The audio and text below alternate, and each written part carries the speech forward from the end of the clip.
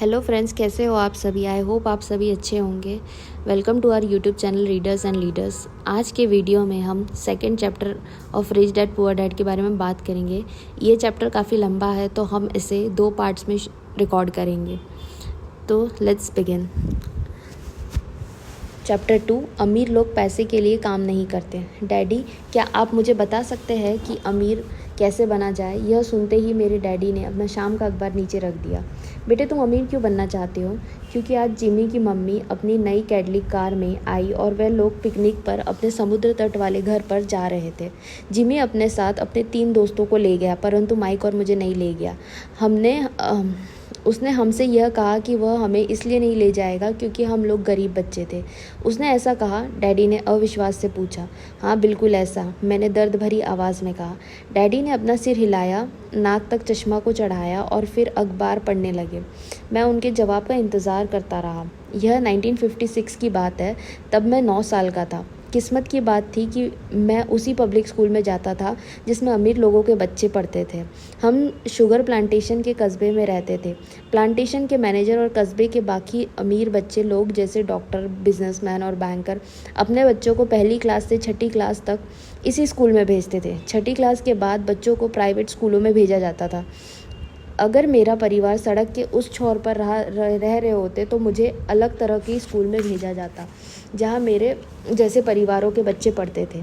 6ठी class के बाद इन बच्चों की तरह मैंने भी पब्लिक इंटरमीडिएट और हाई स्कूल किया होता, क्योंकि उनकी ही तरह मेरे लिए भी प्राइवेट स्कूल में जाना संभव नहीं था। मेरे डैडी ने आखिर अखबार को रख दिया। मुझे पता था वो क्या सोच रहे थे। उन्होंने धीमे से शुरुआत की। अगर तुम अमीर बनना चाहते हो तो तुम्हें पैसे बनाना सीखना चाहिए।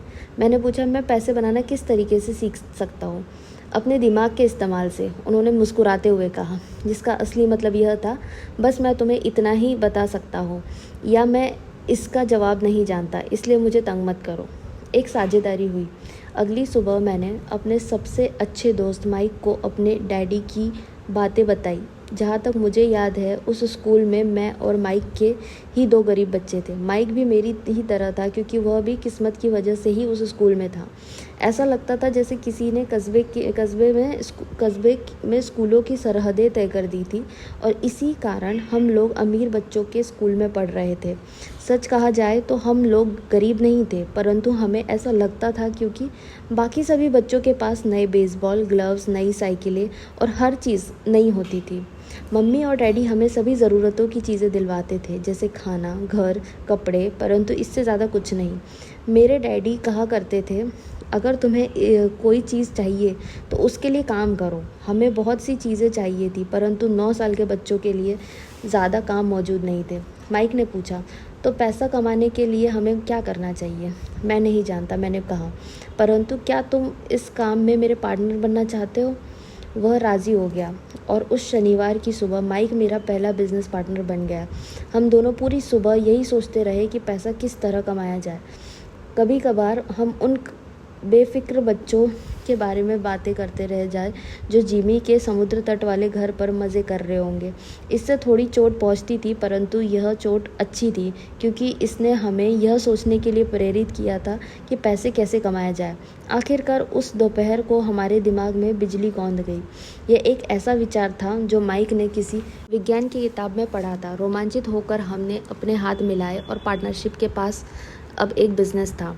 अगले कुछ हफ्तों तक मैं और माइक आसपास के इलाकों में दौड़ भाग करते रहे। हम दरवाज़ों पर दस्तक देते थे और पड़ोसियों से कहते थे कि वह अपने इस्तेमाल किए हुए टूथपेस्ट ट्यूब हमारे लिए रख ले। हैरत से हमें देखते हुए ज़्यादातर लोगों ने मुस्कुराकर हमारी बात मान ली। कुछ ने हमसे पूछा कि हम टूथपेस्ट ट्यूब क्यों चाहिए। इसके जवाब में हमने कहा, हम आपको यह नहीं बता सकते, यह एक बिज़नेस सीक्रेट है। सप्ताह गुजरते गए और मेरी माँ बहुत दुखी हो गई। अपने कच्चे माल को इकट्ठा करने के लिए हमने जो जगह चुनी थी वह उनकी वॉशिंग मशीन के ठीक पास थी। एक भूरे कार्डबोर्ड के बक्से में जिसमें कभी केचप की बोतलें रखी रहती थी, हमारे इस्तेमाल के लिए हुए टूथपेस्ट के ट्यूब्स की संख्या बढ़ने लगी। आखिर एक दिन माँ के सब्र का बांध टूट गया। पड़ोसियों के मुड़े तुड़े और इस्तेमाल किए हुए टूथपेस्ट ट्यूब को देखते हुए ऊब गई थी। उन्होंने पूछा, तुम लोग कर क्या रहे हो। और मैं यह नहीं सुनना चाहती कि यह एक बिज़नेस सीक्रेट है। इस कचरे को साफ़ कर दो या मैं इसे बाहर उठाकर फेंक देती हूँ। माइक और मैंने उनके हाथ पैर जोड़े और उन्हें बताया कि जल्दी हमारा कच्चा माल पर्याप्त जमा हो जाएगा और फिर हम उत्पादन शुरू कर देंगे। हमने उन्हें बताया कि हम कुछ पड़ोसियों का इंतज़ार कर रहे थे ताकि वे अपने टूथपेस्ट के ट्यूब्स को ख़त्म कर लें। माँ ने हमें 1 हफ्ते की मोहलत और दे दी। उत्पादन शुरू होने की तारीख करीब आ गई थी। दबाव बढ़ चुका था। हमारे वेयरहाउस के मालिक यानी मेरी माँ ने हमारी पहली पार्टनरशिप कंपनी को जगह खाली करने का नोटिस थमा दिया था। अब माइक का काम यह था कि वह पड़ोसियों को अपने टूथपेस्ट जल्दी ख़त्म करने के लिए कहे और साथ में यह भी जोड़ दे, दांत के डॉक्टरों का कहना है कि दिन में कई बार ब्रश करना चाहिए। मैं उत्पादन की प्रक्रिया को ठीक ठाक करने में जुट गया। एक दिन मेरे डैडी अपने एक दोस्त के साथ कार में बैठकर पोर्च में आए और उनके आश्चर्य का ठिकाना नहीं रहा जब उन्होंने वहाँ 9 साल के 2 बच्चों को उत्पादन की प्रक्रिया में पूरी गति में जुड़े देखा। हर तरफ बारीक सफ़ेद पाउडर बिखरा हुआ था। एक लंबी मेज पर स्कूल से लाए गए दूध के छोटे कार्टून थे और हमारे परिवार की हिबाची ग्रिल लाल दहकते कोयले के साथ अधिकतम गर्मी पर जल रही थी। डैडी सावधानी से चलकर हमारे करीब आए। चूँकि हमारे उत्पादन की प्रक्रिया ने पोर्च पर कब्जा कर लिया था, इसलिए उन्हें कार बाहर ही खड़ी करनी पड़ी। जब वे और उनके दोस्त पास आए तो उन्होंने कोयले के ऊपर रखा एक स्टील का बर्तन देखा जिसमें टूथपेस्ट के ट्यूब पिघल रहे थे। उन दिनों टूथपेस्ट प्लास्टिक के ट्यूब्स में नहीं आते थे। ट्यूब शीशे के बने होते थे। एक बार पैंट जल जाने पर हम ट्यूब्स को स्टील के बर्तन में डाल देते थे ताकि वे पिघलकर ध्रुव रूप में आ सके। इस पिघले हुए शीशे को हम छोटे छेद वाले दूध के कार्टूनों में डाल रहे थे। दूध के इन कार्टूनों में प्लास्टर ऑफ पेरिस भरा था। हर तरफ फैला सफ़ेद पाउडर प्लास्टर ही था जिसमें हमने पानी मिलाया था। जल्दबाजी में मैंने उसके बैग को गिरा दिया था और पूरी ज़मीन ऐसी लग रही थी जैसे वहाँ अभी अभी बर्फ़ का तूफ़ान आया हो। दूध के कार्टून बाहरी बक्से थे जिसके भीतर प्लास्टर ऑफ पेरिस के साँचे थे। मेरे डैडी और उनके दोस्त हमें देखते रहे और हम पिघले हुए शीशे को प्लास्टर ऑफ पेरिस के क्यूब के ऊपर से छोटे से छेद में डालते रहे। संभल कर मेरी डैडी ने कहा। मैंने बिना सिर उठाए हामी भर दी। आखिरकार जब शीशे को डालने का काम ख़त्म हो गया तो मैंने स्टील के बर्तन को नीचे रख दिया और फिर अपने डैडी की तरफ देखकर मुस्कुराया। उन्होंने हल्की मुस्कान के साथ पूछा, तुम लोग क्या कर रहे हो? हम वही कर रहे हैं जो आपने बताया था, हम अमीर बनने जा रहे हैं। मैंने कहा, हाँ। माइक ने सिर को हिलाते हुए और मुस्कुराते हुए कहा, हम दोनों पार्टनर हैं। डैडी ने पूछा, और इन प्लास्टर के साँचों में क्या है? देखिए, मैंने कहा, इसमें एक बहुत अच्छी चीज़ है। छोटे हथौड़ों से मैंने सील को ठोका जिससे बाहरी खोल टूट गया। सावधानी से मैंने ऊपर के आधे प्लास्टर को हटाया और जस्ते का एक सिक्का बाहर गिर गया। हे भगवान, मेरे डैडी ने कहा, तो तुम लोग जस्ते के सिक्के ढाल रहे थे? बिल्कुल सही, माइक ने कहा। हम वही कर रहे थे जैसे आपने हमसे कहा था, हम पैसा बना रहे थे। मेरे डैडी के दोस्त ज़ोर से हंसने लगे। मेरे डैडी भी मुस्कुराए और उन्होंने अपना सिर हिलाया। उनके सामने आग और टूथपेस्ट के ट्यूब के बक्से के साथ सफ़ेद दूध में लिपटे हुए 2 बच्चे खड़े थे जो इस कान से उस कान तक खुलकर मुस्कुरा रहे थे। उन्होंने हमसे कहा कि हम सब कुछ छोड़कर उनके साथ चले और घर के सामने वाली सीढ़ी पर बैठे। मुस्कुराते हुए उन्होंने हमें जालसाजी शब्द का मतलब समझाया। हमारे सपने धनराशियाँ हो गई थी। तो आपका मतलब है कि यह गैर कानूनी है? माइक ने कांपती आवाज़ में पूछा। छोड़ो भी, डैडी के दोस्त ने कहा। हो सकता है कि बच्चे अपनी जन्मजात प्रतिभा को विकसित कर रहे हो। मेरे डैडी उन्हें घूरते रहे। हाँ, यह गैर कानूनी है, डैडी ने नरमी से कहा, परंतु तुम लोगों ने यह साबित कर दिया कि तुम में बहुत ज़्यादा रचनात्मक और मौलिक विचार है। इसी तरह आगे बढ़ते रहो, मुझे तुम पर गर्व है। निराश होकर माइक और मैं तकरीबन 20 मिनट तक चुपचाप अपना सिर पकड़कर बैठे रहे। इसके बाद हमने सारा अटाला साफ़ करना शुरू किया। पहले ही दिन हमारा बिजनेस चौपट हो गया था। पाउडर साफ़ करते हुए मैंने माइक की ओर देखा और कहा, मुझे लगता है जिमी और उसके दोस्त ठीक कहते हैं, हम सचमुच गरीब हैं। जब मैंने यह कहा तब डैडी बस जाने ही वाले थे। बच्चों, उन्होंने कहा, तुम गरीब तभी कहलाओगे जब तुम लोग हार मान लोगे। सबसे महत्वपूर्ण चीज़ यह है कि तुमने कुछ किया। ज़्यादातर लोग केवल अमीर बनने के बारे में बातें करते रहते हैं और उसके सपने देखते रहते हैं। तुमने कुछ किया। मुझे तुम दोनों पर गर्व है। मैं एक बार फिर से यही कहूँगा, आगे बढ़े चलो, हार मत मानो। माइक और में खामोश खड़े रहे। ये शब्द सुनने में अच्छे थे, परंतु हमें यह पता नहीं था कि हमें क्या करना चाहिए। तो ऐसा क्यों है डैडी कि आप अमीर नहीं हैं? मैंने पूछा। क्योंकि मैंने एक स्कूल टीचर बनने का फ़ैसला किया था। स्कूल के टीचर अमीर बनने के बारे में नहीं सोचते, हम सिर्फ पढ़ाना पसंद करते हैं।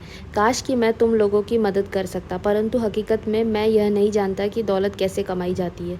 माइक और मैं पलटे और अपने सफाई अभियान में जुट गए। डैडी ने कहा, अगर तुम लोग यह सीखना ही चाहते हो कि अमीर कैसे बना जाता है तो मुझसे मत पूछो माइक, तुम अपने डैडी से यह सवाल पूछो। मेरे डैडी? माइक ने हैरानी से कहा। हाँ, तुम्हारे डैडी। मेरे डैडी ने मुस्कुराकर दोहराया।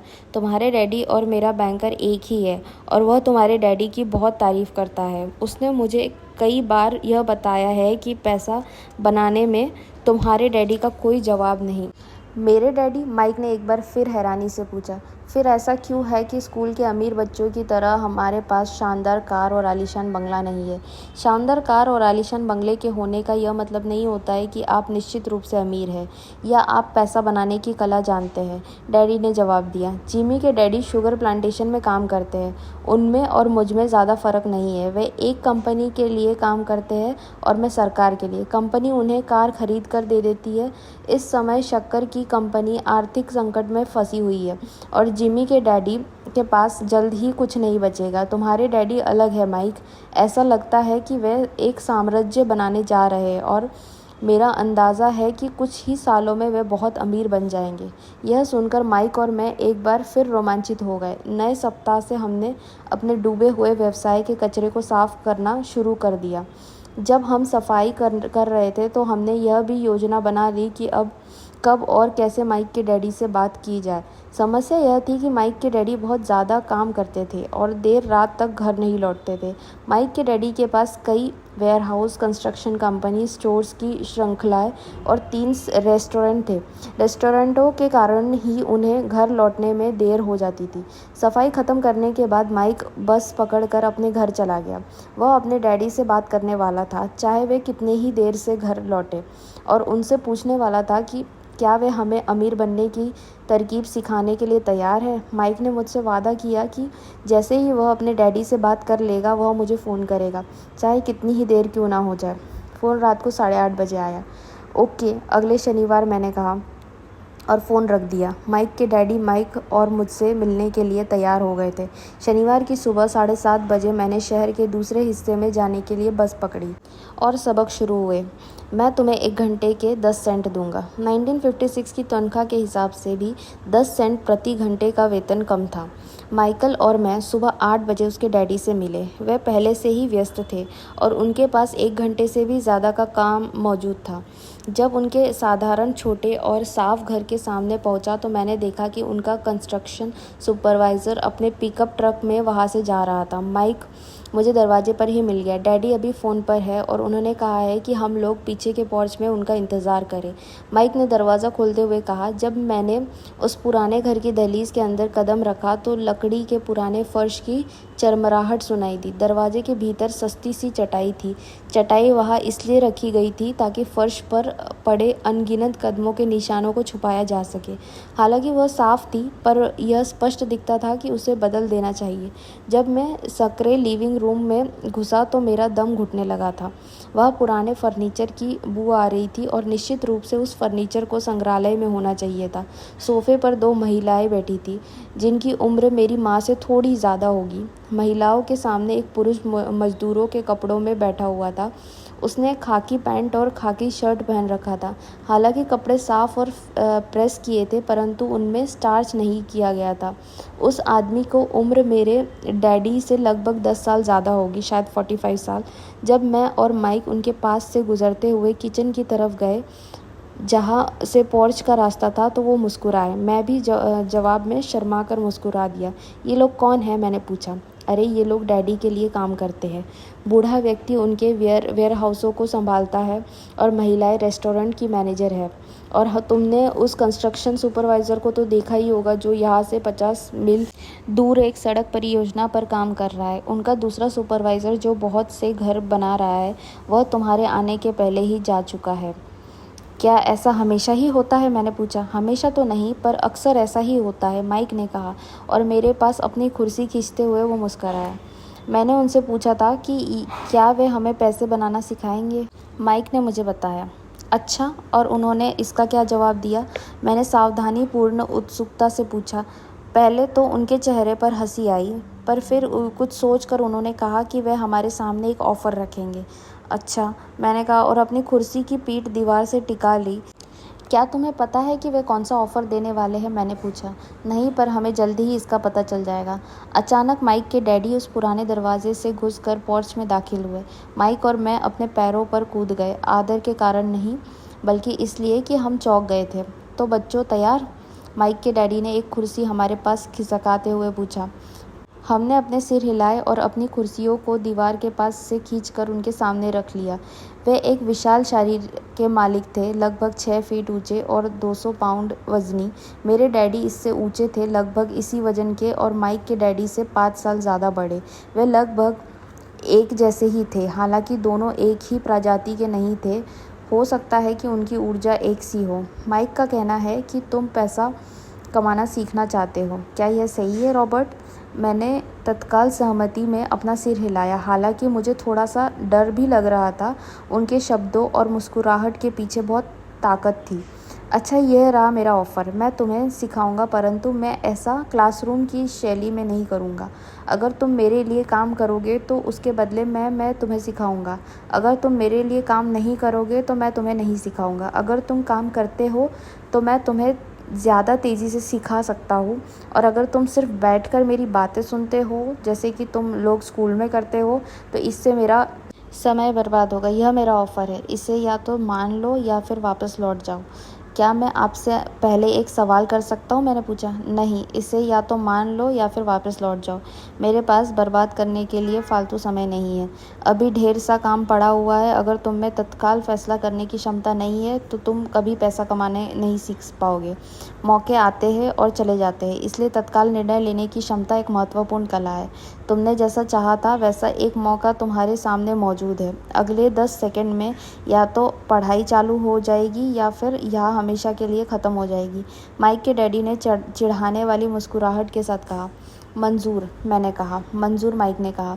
बहुत बढ़िया, माइक के डैडी ने कहा। 10 मिनट में मिसेज मार्टिन आ जाएगी। उनसे बातें करने के बाद मैं तुम्हें उनके साथ भेज दूंगा और तुम लोगों को काम शुरू हो जाएगा। मैं तुम्हें हर घंटे के 10 सेंट दूंगा और तुम हर शनिवार 3 घंटे काम करोगे। पर आज तो मेरा मैच है, मैंने कहा। माइक के डैडी ने अपनी आवाज़ को धीमी परंतु कड़क करके कहा। या तो मान लो या फिर वापस लौट जाओ। मान लिया, मैंने जवाब दिया।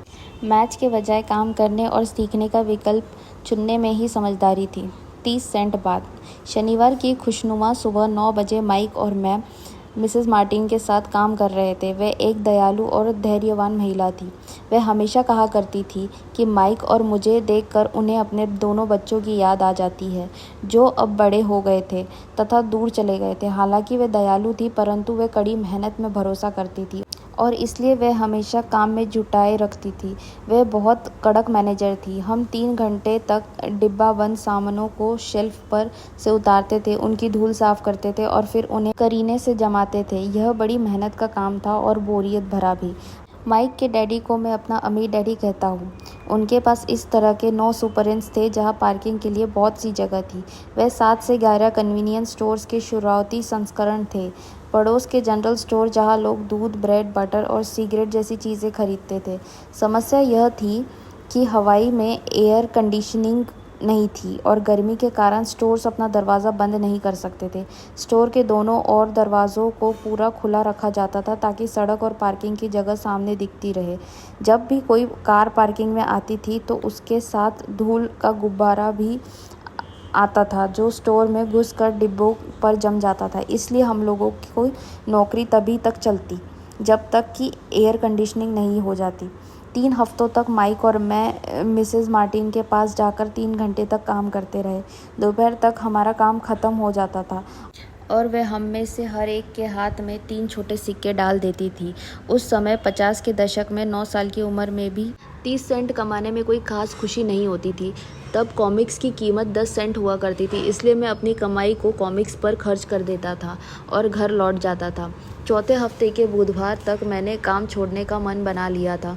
मैं सिर्फ इसलिए काम करने के लिए तैयार हुआ था क्योंकि मैं माइक के डैडी से पैसा कमाना सीखना चाहता था। इसलिए मैं 10 सेंट प्रति घंटे की गुलामी कर रहा था। और सबसे बड़ी बात तो यह थी कि उस पहले शनिवार के बाद से मैंने माइक के डैडी को देखा तक नहीं था। मैं काम छोड़ रहा हूँ, मैंने लंच के समय माइक से कहा। स्कूल लंच बड़ा निराशाजनक था, स्कूल भी उबाऊ था और अब तो मेरे पास शनिवार भी नहीं था जिसका मैं इंतज़ार कर सकूं, परंतु 30 सेंट के कारण मुझे धक्का पहुंचा था। इस बार माइक मुस्कुराया। तुम किस बात पर हंस रहे हो? मैंने गुस्से और कुंठा से पूछा। डैडी ने कहा था कि ऐसा ही होगा। उन्होंने कहा था कि जब तुम काम छोड़ने का फैसला कर लो तब वे तुमसे मिलना चाहेंगे। क्या? मैंने आवेश में पूछा। क्या वे मेरे उकता जाने का इंतज़ार कर रहे थे? कुछ माइक ने कहा। मेरे डैडी ज़रा अलग किस्म के हैं। उनका सिखाने का तरीका तुम्हारे डैडी के पढ़ाने के तरीके से बिल्कुल अलग है।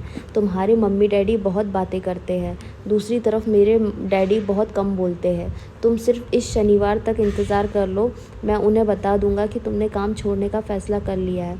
इसका मतलब यह है कि मेरे साथ नाटक खेला गया है? नहीं, ऐसा नहीं हुआ है, पर शायद हो सकता है। डैडी शनिवार को इसे समझाएंगे। शनिवार को लाइन में लगकर इंतज़ार करते हुए मैं उनका सामना करने के लिए तैयार था। यहाँ तक कि मेरे असली डैडी भी उनसे नाराज़ थे। मेरे असली डैडी, जिन्हें मैं गरीब डैडी कहता हूँ, यह मानते थे कि मेरे अमीर डैडी बल श्रम कानूनों का उल्लंघन कर रहे थे और इस पूरे मामले की जांच होनी चाहिए। मेरे पढ़े लिखे गरीब डैडी ने मुझसे यह कहा कि मैं सही तनख्वाह मांगूं, कम से कम 25 सेंट प्रति घंटा। मेरे गरीब डैडी ने मुझे से कहा कि अगर मेरी तनख्वाह नहीं बढ़ती है तो मुझे तत्काल नौकरी छोड़ देनी चाहिए और वैसे भी तुम्हें उस घटिया काम की ज़रूरत नहीं है। मेरे गरीब डैडी ने झल्लाकर कहा। शनिवार को सुबह 8 बजे मैं एक बार फिर माइक के घर के उसी पुराने दरवाजे के अंदर घुस रहा था। कुर्सी पर बैठो और लाइन में इंतज़ार करो, माइक के डैडी ने मेरे घुसते ही कहा। फिर वे अंदर जाकर अपने छोटे से ऑफिस में बैठ गए जो बेडरूम के पास था। मैंने कमरे में चारों तरफ देखा परंतु मुझे माइक नहीं दिखा। अजीब सा महसूस करते हुए मैं उन्हीं दोनों महिलाओं के बगल में बैठ गया जो मुझे 4 हफ्ते पहले वहीं पर मिली थी। वह मुस्कुराई और सोफे पर थोड़ी सी खिसक गई ताकि मैं भी उस पर बैठ सकूं। 45 मिनट गुजर गए थे और मैं उबल रहा था। दोनों महिलाएं उनसे मिलकर तकरीबन 30 मिनट पहले वहां से जा चुकी थी। एक बूढ़ा सा आदमी वहां 20 मिनट तक बैठा और फिर वह भी निकलकर चला गया और मैं इस बात का इंतज़ार कर रहा था कि एक लालची और बच्चों का शोषण करने वाले आदमी मुझसे बात करे। मैं सुन सकता था कि वो फ़ोन पर बात कर रहे थे, ऑफिस में इधर उधर के काम कर रहे थे और मुझे नज़रअंदाज कर रहे थे। मेरी इच्छा तो हो रही थी कि मैं उस घमंडी आदमी से बिना मिले ही घर लौट जाऊँ, पर किसी वजह से मैं रुक गया। आखिर 15 मिनट बाद ठीक 9 बजे अमीर डैडी अपने ऑफिस से बाहर निकले। बिना कुछ कहे उन्होंने हाथ से मुझे इशारा किया कि मैं उनके ऑफिस में आ जाओ। अमीर डैडी ने अपनी ऑफिस कुर्सी में बैठते हुए कहा, या तो तुम्हारी तनख्वाह बढ़ाई जाएगी या तो तुम काम छोड़ रहे हो, है ना? हाँ, समझौते के मुताबिक आप अपनी शर्त पूरी नहीं कर रहे हैं, मैंने लगभग आंसुओं से भीगे स्वर में कहा। 9 साल के बच्चे के लिए एक वयस्क का सामना करना बहुत ज़्यादा डरावना था। आपने कहा था कि अगर मैं आपके लिए काम करूंगा तो आप मुझे पैसा कमाना सिखाएंगे। अपनी तरफ से मैंने आपके लिए काम किया, मैंने कड़ी मेहनत की है। इस काम के लिए मैंने आपसे बेसबॉल गेम की भी कुर्बानी दी है और अब आप अपने वादे से मुकर रहे हैं। आपने मुझे कुछ भी नहीं सिखाया। आप धोखेबाज हैं, जैसा शहर के सभी लोग कहते हैं। आप लालची हैं, आप केवल पैसा कमाना चाहते हैं और अपने कर्मचारियों का बिल्कुल ध्यान नहीं रखते। आपने मुझे इतनी देर तक बाहर बिठाए रखा और मेरी ज़रा भी इज्जत नहीं की। मैं एक छोटा सा बच्चा हूँ और आपको मेरे साथ इससे बेहतर बर्ताव करना चाहिए था। अमीर डैडी अपनी कुर्सी में पीछे झुक गए। अपने हाथों को ठुड्डी तक लगाकर उन्होंने मुझे घूरा। ऐसा लग रहा था जैसे वे मेरा विश्लेषण कर रहे थे। बुरा नहीं है, उन्होंने कहा। 1 महीने से भी कम समय में तुम वही भाषा बोल रहे हो जो मेरे ज़्यादातर कर्मचारी बोलते हैं। क्या? मैंने पूछा। मैं समझ नहीं पा रहा था कि वे क्या कह रहे थे और इसीलिए मैंने अपना दुखड़ा रोना चालू रखा। मुझे लगता था कि आप अपने वादे पर कायम रहेंगे और मुझे कुछ सिखाएंगे। इसके बजाय आप तो मुझ पर अत्याचार करना चाहते हैं। यह तो जुल्म है, सरासर जुल्म। मैं तुम्हें सिखा तो रहा हूँ, अमीर डैडी ने धीमी आवाज़ में कहा। आपने मुझे क्या सिखाया? कुछ भी नहीं, मैंने गुस्से से कहा। एक बार मैं चंद सिक्कों में काम करने के लिए तैयार हो गया, उसके बाद तो मैं आपने मुझसे बात तक नहीं की। 10 सेंट प्रति घंटे। मैं आपकी शिकायत सरकार से करूँगा। हमारे देश में भी बाल श्रम कानून है। आप तो जानते ही हैं कि मेरे डैडी सरकार के लिए काम करते हैं। शाबाश, अमीर डैडी ने कहा। अब तुम उन ज़्यादातर लोगों की भाषा बोल रहे हो जो कभी मेरे लिए काम करते थे। वे लोग जिन्हें या तो मैंने नौकरी से निकाल दिया या जिन्होंने खुद मेरी नौकरी छोड़ दी है। तो इस बारे में आपको क्या कहना है? मैंने पूछा, और मुझे यह लग रहा था कि कम उम्र के बावजूद मैं बहादुरी से बात कर रहा था। आपने मुझसे झूठ बोला, मैंने आपके लिए काम किया और आपने अपना वादा पूरा नहीं किया। आपने मुझे कुछ भी नहीं सिखाया। कौन कहता है कि मैंने तुम्हें कुछ नहीं सिखाया? मेरे डैडी ने शांति से कहा। मैंने 3 हफ्ते तक काम किया और इस बीच आपने सिखाना तो दूर रहा, मुझसे कभी बात तक नहीं की। मैंने व्यंग भरे अंदाज में कहा। क्या सिखाने का मतलब केवल भाषण या बातचीत ही होता है? अमीर डैडी ने पूछा। और क्या, मैंने जवाब दिया। इस तरह से वे तुम्हें स्कूल में सिखाते हैं, उन्होंने मुस्कुराकर कहा, परंतु ज़िंदगी तुम्हें इस तरह नहीं सिखाती। और मेरे यह मानना है कि ज़िंदगी सबसे बढ़िया टीचर होती है। ज़्यादातर वक्त ज़िंदगी आपसे बातें नहीं करती, यह एक तरह से आपको धक्का देती है। हर धक्के के ज़रिए ज़िंदगी आपसे कहती है, जाग जाओ, मैं तुम्हें कुछ सिखाना चाहती हूँ। यह आदमी कैसी बेसिर पैर की बातें कर रहा है? मैंने अपने आप से पूछा। ज़िंदगी अगर मुझे धक्का देती है तो इसका मतलब यह है कि ज़िंदगी मुझसे बातें करती है। अब मैं जान चुका था कि मुझे यह काम तत्काल छोड़ देना चाहिए। मैं किसी ऐसे आदमी से बात कर रहा था जो पागल था और जिसे ताले में बंद कर रखने की ज़रूरत थी। अगर तुम ज़िंदगी के सबक सीखते हो तो इससे तुम्हें बहुत फ़ायदे होंगे। अगर तुम ऐसा नहीं करते हो तो ज़िंदगी तुम्हें लगातार धक्के देती रहेगी। लोग 2 चीज़ें करते हैं। कुछ लोग ज़िंदगी के धक्कों को सहन करते चले जाते हैं, बाकी लोग गुस्सा हो जाते हैं और ज़िंदगी को धक्का दे देते हैं, परंतु वे धक्का देते हैं अपने बॉस को, अपने काम को, अपनी पत्नी या पति को। वह यह नहीं जानते कि ज़िंदगी उन्हें धक्का दे रही है। मैं नहीं जानता कि वह किस बारे में बात कर रहे थे। ज़िंदगी हम सबको धक्का मारती है। कुछ लोग हार मान लेते हैं, बाकी के लोग लड़ते हैं, कुछ लोग सबक सीख लेते हैं और आगे बढ़ जाते हैं। वह ज़िंदगी के धक्कों का स्वागत करते हैं। इन गिन चुने लोगों के लिए इसका यह मतलब होता है कि उन्हें कुछ नया सीखना चाहिए। वह सीखते हैं और आगे बढ़ जाते हैं। ज़्यादातर लोग छोड़ देते हैं और कुछ लोग तुम्हारी तरह लड़ते भी हैं। अमीर डैडी खड़े हो गए और उन्होंने टूटी फूटी खिड़की को बंद कर दिया। अगर तुम यह सबक सीख लेते हो तो तुम एक समझदार, अमीर और सुखी युवक बन सकते हो। अगर तुम यह नहीं सीखते हो तो तुम ज़िंदगी भर अपनी समस्याओं के लिए अपनी नौकरी, कम तनख्वाह या अपने बॉस को कोसते रहोगे। तुम हमेशा एक ऐसे बड़े मौके की उम्मीद करते रहोगे जो आए और तुम्हारी आर्थिक समस्याओं को सुलझा दे। अमीर डैडी ने मेरी तरफ देखा कि क्या मैं अब भी उनकी बात सुन रहा हूँ। उनकी आंखें मेरी आंखों से मिली। हम एक दूसरे की तरफ देखते रहे और हमारी आंखों के बीच संप्रेषण की धाराएं बहने लगी। आखिर जब मैं उनके संदेश का मतलब समझ गया तो मैंने अपनी नज़रें झुका ली। मैं जान गया था कि वे सही थे। मैं उन्हें दोषी ठहरा रहा था जबकि सीखने की जिद मेरी ही थी। मैं फालतू में ही लड़ रहा था। अमीर डैडी ने आगे कहा, अगर आप इस तरह के आदमी हैं जिससे हिम्मत नहीं है तो आप ज़िंदगी के हर थपड़े के सामने हार मान जाते हैं। अगर आप इस किस्म के आदमी हैं तो आप ज़िंदगी भर सुरक्षित खेल खेलते रहेंगे, सही चीज़ें करते रहेंगे और किसी ऐसे वक्त का इंतज़ार करते रहेंगे जो आने वाला ही नहीं है, और फिर आप एक बोरिंग बुड्ढे की तरह मर जाएंगे। आपके बहुत से दोस्त होंगे जो आपकी सिर्फ इसीलिए तारीफ़ करेंगे क्योंकि आप एक मेहनती और भले आदमी थे। आपने अपनी ज़िंदगी सुरक्षित खेल खेलने और सही चीज़ें करने में गुजार दी, परंतु सच बात तो यह है कि आपने ज़िंदगी के थप्पड़ों के सामने घुटने टेक दिए। आप खतरा मोल लेने की कल्पना तक से डरते थे। हकीकत में तो आप जितना चाहते थे, परंतु आपके लिए हारने का डर जीतने के रोमांच से ज़्यादा ताकतवर साबित हुआ। अंदर से आप और केवल आप जान पाएंगे कि आपने कभी जीतने की कोशिश नहीं की। आपने सुरक्षित खेल खेलने का विकल्प चुना। हमारी नज़रें एक बार फिर मिली। 10 सेकंड तक हम एक दूसरे की तरफ देखते रहे और एक बार फिर मैंने तभी नज़रें हटाई जब मैं उनकी बात का मतलब समझ गया। आप मुझे धक्का दे रहे थे, मैंने पूछा। कुछ लोग ऐसा कह सकते हैं, अमीर डैडी मुस्कुराए। मैं तो यही कहूँगा कि मैं तुम्हें ज़िंदगी का स्वाद चखा रहा था। कैसा स्वाद, मैंने पूछा। मैं अब भी गुस्सा था, परंतु जब मेरी जिज्ञासा भी जाग गई थी, अब मैं सीखने के लिए भी तैयार था। तुम दोनों ऐसे पहले लोग हो जिन्होंने मुझसे पैसे बनाने की कला सीखने का आग्रह किया। मेरे पास 150 से भी ज़्यादा कर्मचारी है, पर उनमें से एक ने भी मुझसे पैसा कमाने की कला के बारे में नहीं पूछा। वह मुझसे नौकरी मांगते हैं, तनख्वाह मांगते हैं, परंतु पैसा बनाने की कला नहीं सीखना चाहते। तो ज़्यादातर लोग इसी तरह अपनी ज़िंदगी के सबसे बेहतरीन साल पैसे के लिए काम करने में बर्बाद कर देंगे और आखिर तक यह कभी समझ ही नहीं पाएंगे कि दरअसल वह किसके लिए काम कर रहे हैं। मैं पूरा ध्यान लगाकर उनकी बात सुनता रहा। तो जब माइक ने मुझसे कहा कि तुम पैसा कमाने की कला सीखना चाहते हो, तो मैंने उस एक ऐसा कोर्स तैयार किया जो असली ज़िंदगी के करीब था।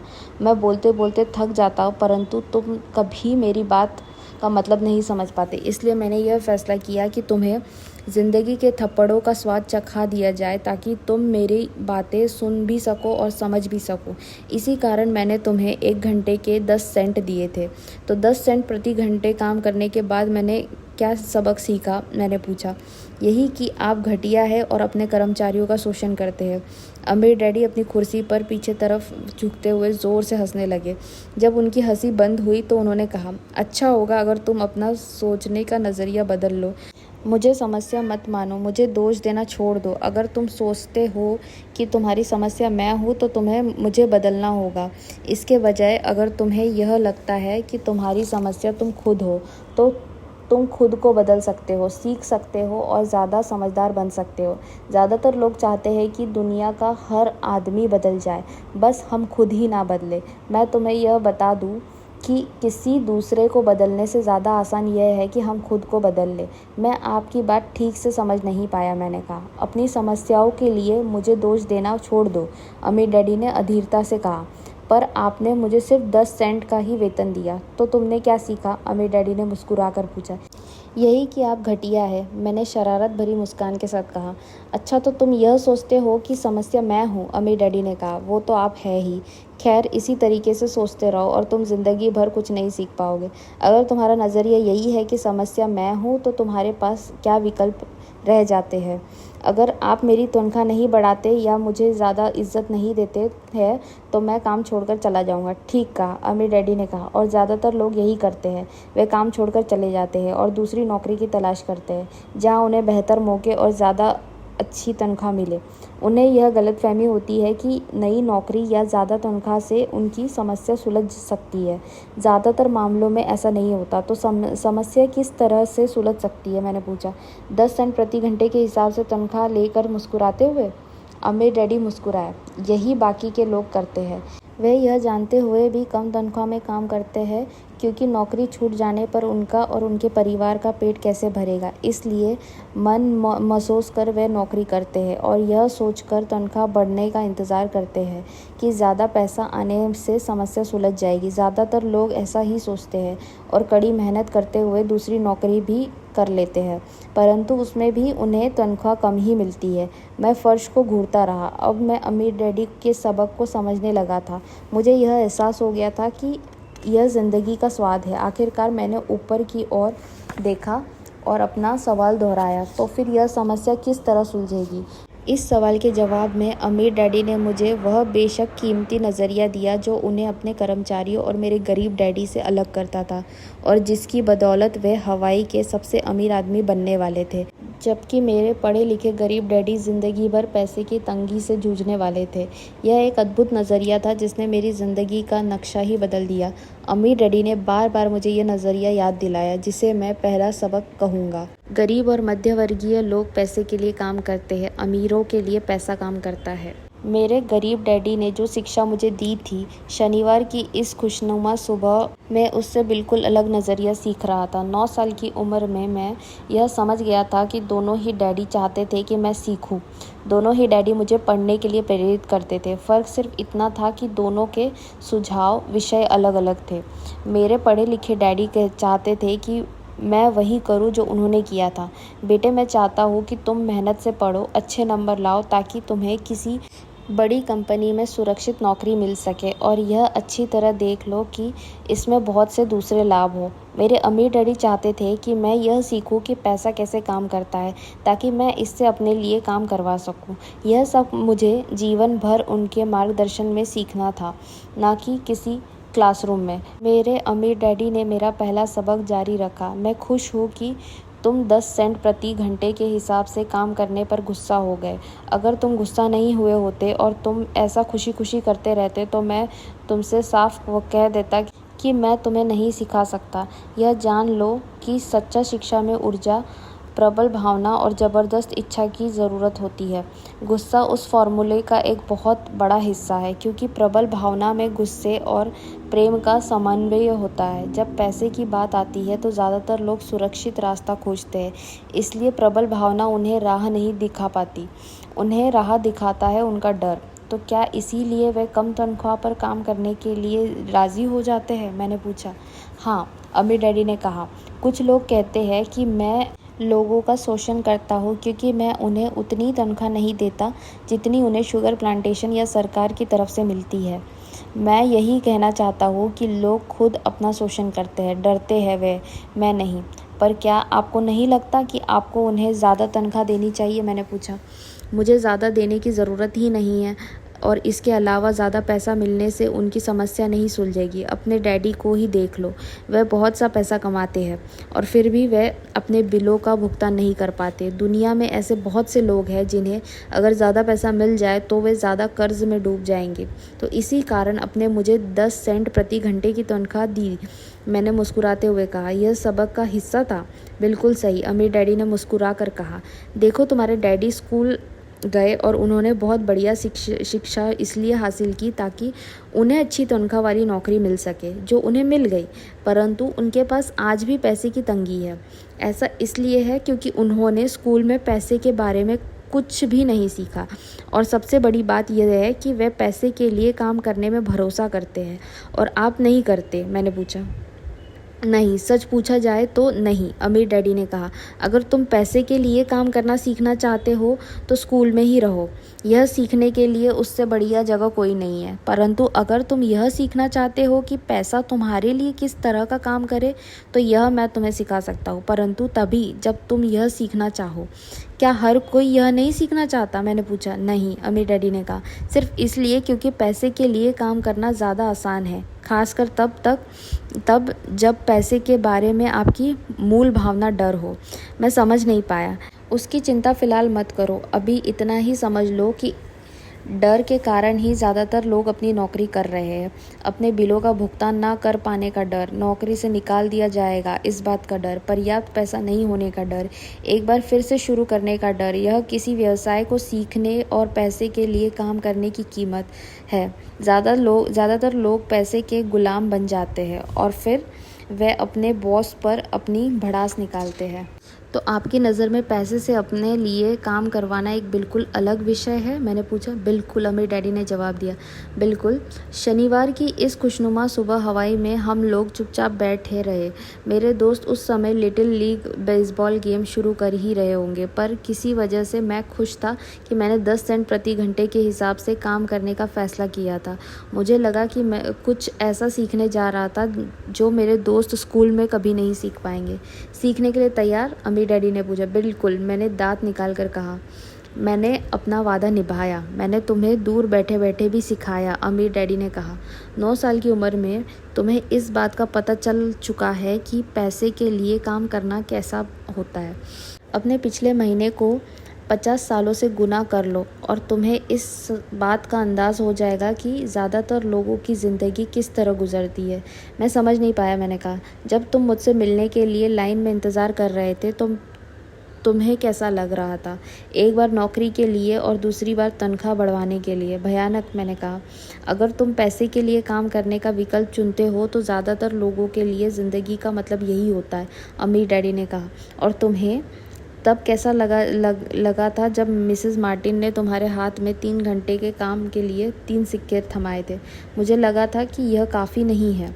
मुझे लग रहा था कि यह कुछ भी नहीं है। मैं निराश हुआ था। मैंने कहा।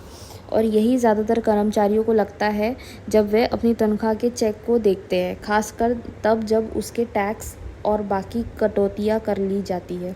कम से कम तुम्हें तो पूरी तनख्वाह मिलती थी, उन्हें तो पूरी तनख्वाह भी नहीं मिलती थी।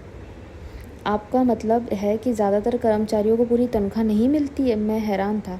नहीं, अमीर डैडी ने कहा, सरकार हमेशा अपना हिस्सा पहले ही ले लेती है। सरकार ऐसा कैसे करती है? मैंने पूछा। टैक्स, अमीर डैडी ने कहा।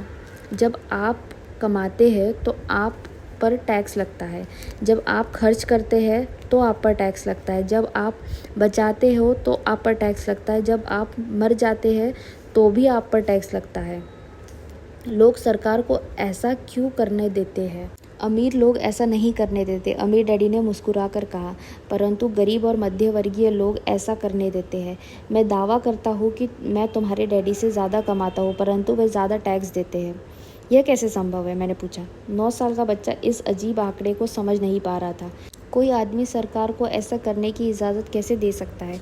अमीर डैडी चुपचाप बैठे रहे। मैं समझ गया कि वे चाहते थे कि मैं सुनूं, ना कि उनसे फालतू के सवाल करूं। आखिर मैं शांत हो गया। जो मैंने सुना था वह मुझे अच्छा नहीं लगा था। मैं जानता था कि मेरे डैडी हमेशा टैक्स का रोना रोते रहते थे, परंतु दरअसल इस बारे में वह कुछ भी नहीं कर पाते थे। क्या ज़िंदगी उन्हें धक्का दे रही थी? अमीर डैडी मेरी तरफ देखते हुए अपनी कुर्सी में धीमे धीमे और खामोशी से हिलने लगे। सीखने के लिए तैयार? उन्होंने पूछा। मैंने अपना सिर धीमे से हिलाया। जैसा मैंने कहा, सीखने के लिए बहुत कुछ है। पैसे से अपने लिए काम कैसे करवाया जाए, यह ज़िंदगी भर चलने वाली पढ़ाई है। ज़्यादातर लोग 4 साल के लिए कॉलेज जाते हैं और उनकी पढ़ाई पूरी हो जाती है। मैं पहले से ही जानता हूँ कि मेरी धन संबंधी पढ़ाई जीवन भर चलेगी, और इसकी वजह यह है कि मैं जितना ज़्यादा जान लेता हूँ चलता है, उससे भी ज़्यादा जानने की मेरी जिज्ञासा बढ़ती चली जाती है। ज़्यादातर लोग इस विषय को कभी नहीं पढ़ते। वे नौकरी पर जाते हैं, अपनी तनख्वाह लेते हैं, अपनी चेकबुक को बैलेंस करते हैं और बात ख़त्म हो जाती है। इसके बाद भी उन्हें अचरज होता है कि उनके जीवन में पैसे की समस्या क्यों है। फिर वे सोचते हैं कि ज़्यादा पैसों से उनकी समस्या हल हो जाएगी। बहुत कम लोगों को यह एहसास होता है कि असली समस्या धन संबंधी शिक्षा या ज्ञान की है। तो मेरे डैडी को टैक्स की समस्या इसलिए है क्योंकि उनके पैसे की समझ नहीं है? मैंने विचलित होकर पूछा। देखो, अमीर डैडी ने कहा, पैसे से अपने लिए कैसे काम करवाया जाए, टैक्स तो उस शिक्षा का सिर्फ एक हिस्सा है। आज तो मैं सिर्फ यह देखना चाहता था कि तुम में अब भी पैसे के बारे में सीखने की प्रबल इच्छा बची है या नहीं।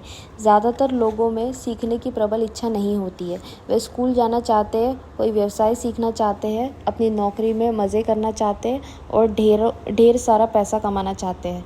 एक दिन वे तब जागते हैं जब उनके सामने पैसे की समस्या आ जाती है, और तब वे काम करना बंद नहीं कर सकते।